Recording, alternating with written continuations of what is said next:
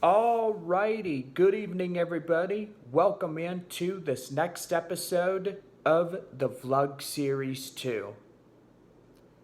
Well guys, we are here in the family room and so far we are here sitting at the dining room doing this video, and so far it is 11:22 on this Saturday night. Hope everybody is doing good. Hope everybody is having a fantastic weekend. And so far, we're going to go ahead and get started with this episode. Well, anyway, guys, I've been really, in these 2 months of being jobless, I have really been in a warfare between being scared and literally getting to the point of nervousness. My stepmother told me that one of her friends says this is the natural part of life. There's a lot of scared and nervousness going around. Even though when we see a new chapter in a new book about ready to open. Because this place that we live in is fixing to be ready to get sold on the market. You know, and I got a call from my grandma today, and she said, don't be afraid. Don't be nervous. Put God first in your life. And I told her everything that was going on with myself. I had days and nights in a panic attack. And I went to the Lord in prayer. And I said, Lord, what can I do to escape all of this stuff that's going on? And he said, do not be afraid. Do not worry, because I am here with you. I am in control. Be at peace. That's what he said. There's a lot of things that were going around in my mind as I heard that and a whispering in my ear. And I just started praying. I started building a relationship with God. He was telling me that things will be all right. And knowing that I'm going to get through this financial problem that I'm in, you know, and I know that I've got family. My dad is helping. And my grandma, she is also helping as well. And I was just so thankful for their help, and I know that I need help every day just to get going. And knowing that the situation was all caused by my ex. My ex-friend did this to me. Put me in a situation where he quit his job and I was terminated. It was hard for me to think about what had happened. But none of that matters. As of this point forward, I know that my ex-friend Benny is gone. I know that our relationship is in turmoil. It's broken. There was a lot of thinking that there was trust, but basically there was nothing. There was no trust between us. He used people. He lied to people. He manipulated people. It was wrong what he did. If I was in his shoes, let me tell you guys something. I would have been disappointed in myself. I really would. I would have been very disappointed. I was hurt by what he did. I thought he was my friend. I thought we were there together for each other. And I knew that this was a ploy. All of it was. In the last 9.5 years that I trusted him, he would come up all the time asking me for money. And I should have just said no. I was not going to do that. Because my money is what I hard worked for. He didn't work to build my money. I got to that point where I got frustrated. And I knew that I did a lot of bad stuff. I paid all his bills. I did a lot for this guy. And I said, you know what? You're going to pay me back everything that you owe. And he said, I will. So I was waiting for a couple months, thinking that he had the money with him. And I found out that he didn't have it with him. I knew that from that point forward, I knew that he lied. I knew that he did this just to use me. And he did it for the last 9.5 years. Telling me, oh, you know, I'll pay you back. I'll pay you back. I'll pay you back on my next paycheck. And I said, okay, you better keep your promise. And he did. He kept his promise, but so far, what I figured out about him was he lied so many times to me. And I suspected that day he was lying. I could have stopped myself from going to the bank, putting my card in the bank, and taking out the money for him to have. Now, even though I was stupid, but I'm always told by my dad and by my family and friends, the friends that I still have to this day, you made a mistake. You made a mistake, but all of us live and learn as we go on in life. I know the last 9.5 years that I trusted him, our friendship was a lie. He was after my money, that's all. He really didn't care about how I would feel, how I felt. you know,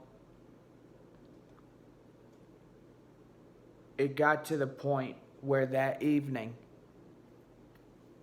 the last day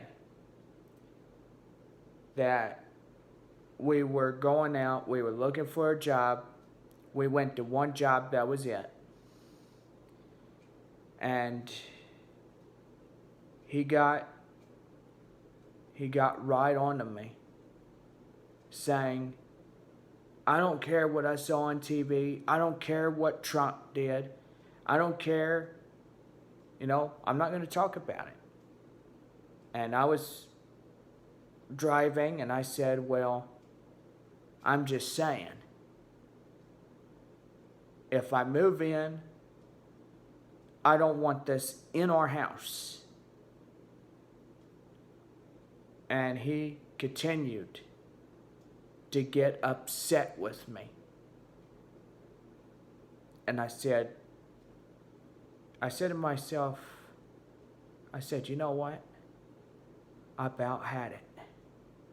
I about lose my temper over him, knowing that he is pushing me, he is provoking me, he's doing a lot of things that he should not be doing. So, we were walking through HEB, we were getting groceries, and this was the last time that I bought his groceries for him. And we went through self-checkout, we got the groceries, we took it to my car, and after that I took it back to his apartment. He got his groceries out of my car, and I knew that this was it. This was my goodbye to him. He got so mad that I told him, I messaged him a couple of days before this fight even broke out. I said this, I won't tolerate your behavior. And I warned him not once, but twice. I said, you know what? Let me tell you something. All of this time that you hurt me, I didn't like it. It was hard to leave him at the apartment. And I knew that he was angry, he was upset, he was mad, he was everything. And I told him, I said, look, if you want to watch that fake crap that you're watching on TV, by all means, watch it. I don't give a darn if you're getting brainwashed by the liberal media. It don't matter. And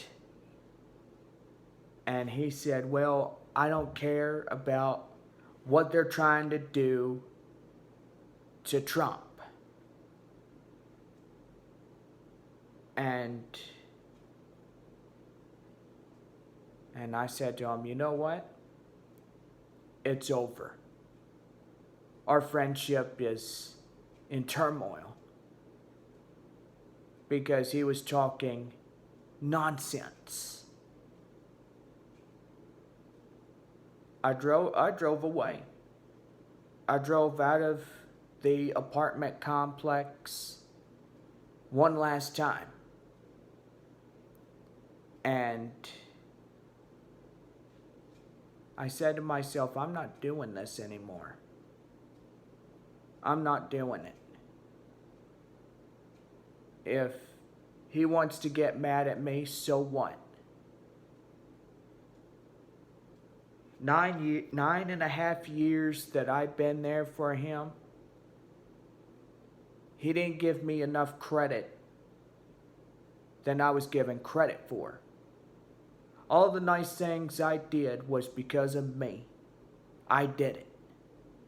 I helped him. Because he said, oh, I need help with this. I need help with that. I did it. Because I thought I could win him over. I thought I could save him at some point. Technically, the last 9.5 years, I've been wrong. I've been wrong about him. Knowing that, how bad it is. His childhood was in a rough predicament with him being a part of a gang. And yes, I am bringing the gang story up. He was in a gang where he was most likely the boss. He was the boss of the entire gang. And he had all these tattoos on his arms. And they called him the Grim Reaper. That means death.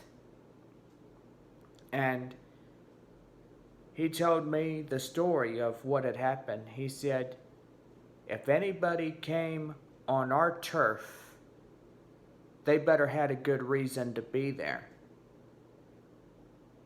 And whether you're seeing a girl or a friend or whatnot, you better had a good reason to being there.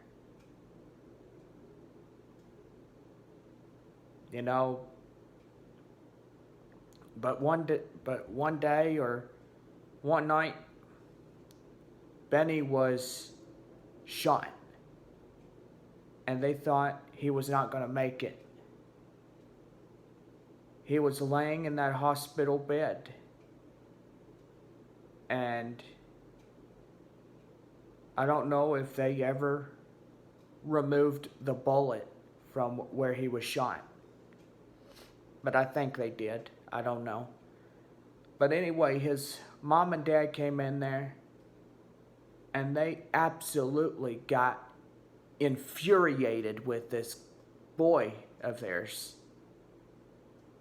And so the dad asked the mom to leave the hospital room where he was in. And the dad told her to leave the room because he was going to talk to him. And after that, she left the room. And he told Benny, young Benny, might be the same age as me, but I don't know what age bracket he was in. He told him this. He said, Benny, I'm going to tell you something. If you don't stop this, his dad said this. This was his words talking. He said, Benny, if you don't stop this shit, what you are doing, I guarantee you, in a few years, you're going to be 6 feet under. And the words spoken by his dad,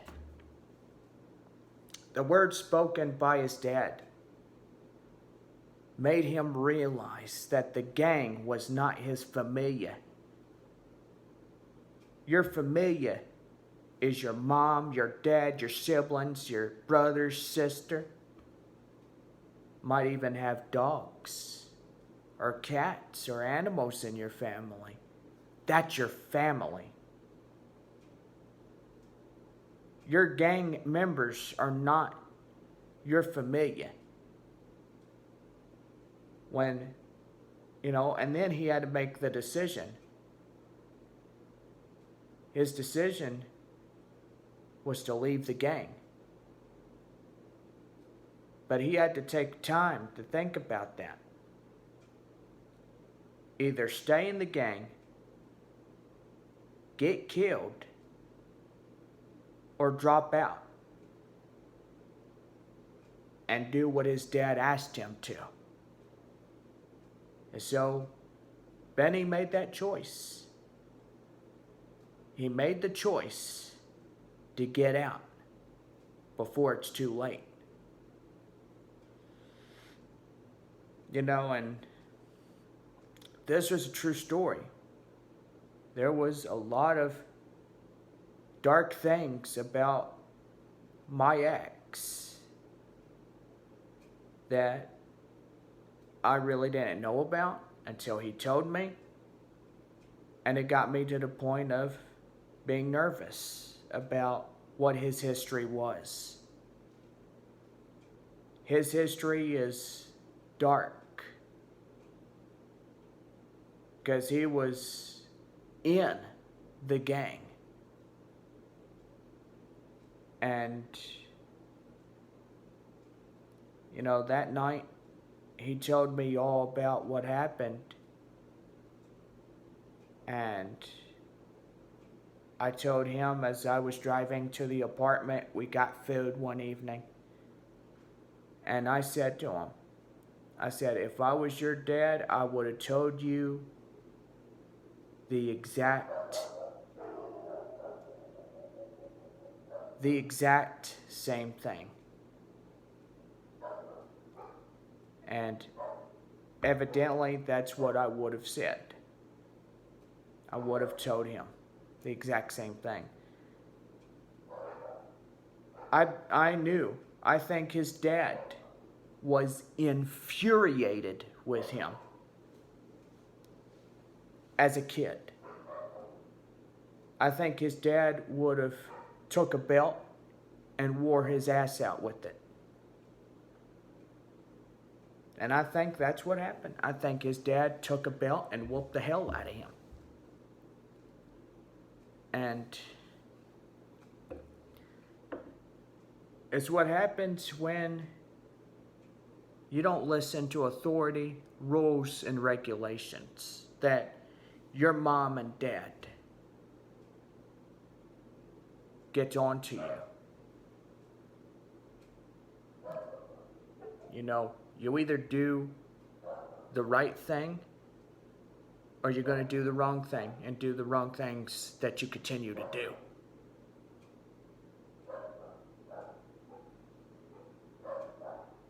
I don't know what they're barking at. They have a reason to be barking.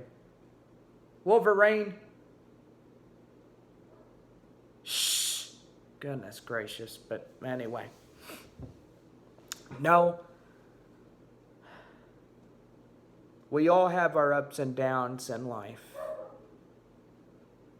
We all do it. Wolverine!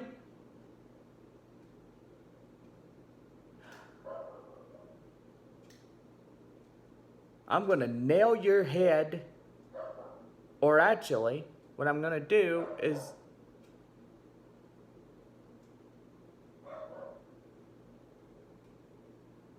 no, you know what I'm fixing to do to that little dog? I'm fixing to glue his head to the garage door. Do you mind?